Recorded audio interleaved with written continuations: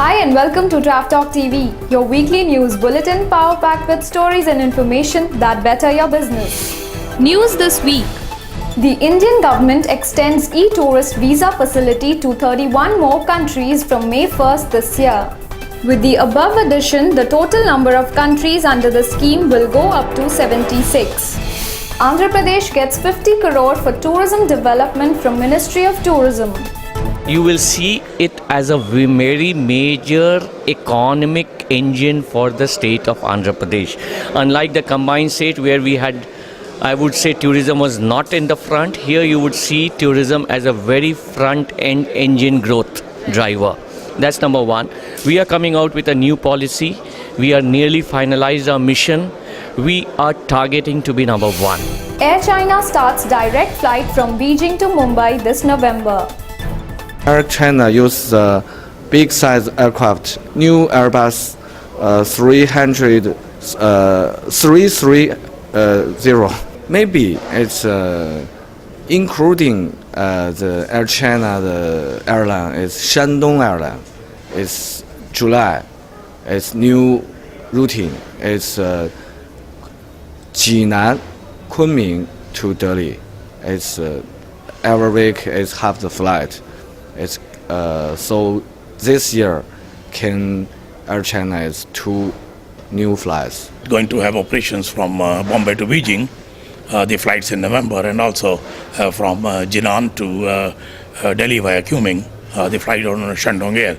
So therefore, we are going to anticipate and we feel that there's going to be a lot of travel between the two countries, India and China. A 47-room property zone by The Park opens doors in Jaipur. The brand plans to expand itself in Mahabalipuram, Chennai and Raipur this year itself. Musafir.com expands its presence in India.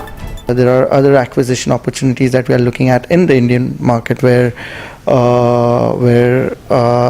there are agencies which specializes in international travel, which we think, if the numbers are right, we may acquire them as well. So we are opening offices in Delhi, in Gujarat, in Kerala, and then we'll be growing on to the other states and cities as well.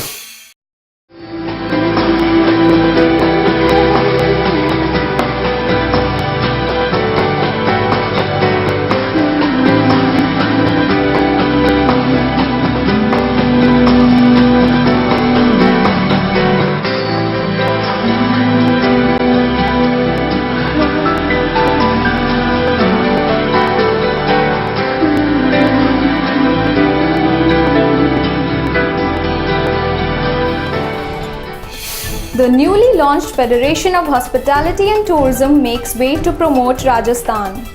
The prime objective of this entire thing is to promote tourism in the Rajasthan. Rajasthan has been experiencing a kind of a sluggish or rather no growth in the international arrivals. Right.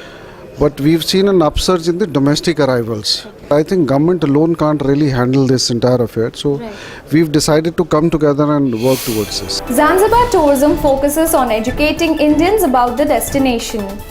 There is lack of knowledge in the Indian travel fraternity about Zanzibar and Tanzania as a destination. So our first effort will be to bring that knowledge into the Indian travel stakeholders and the fraternity. We're going to use all the methods, the conventional and the non-conventional methods. Conventional such as the road shows and fam tours and all that, and non-conventional such as other things that are being planned in terms of events, Indian events in Zanzibar. Rajasthan to promote itself as a fun and adventure tourism destination. We are now wanting to see that the tourism is more activity based also, because just being based on monuments and architecture would mean that the repeat tourist finds it difficult to come back to see just one monument. But if there are activities, if there are fun activities, if there are adventure activities, if there are ecotourism activities, then the tourist wants to come again and again. With that, it's a wrap on this edition of Draft Talk TV, and do stay connected for more. But we leave you with some inaugural glimpses of GITB 2015.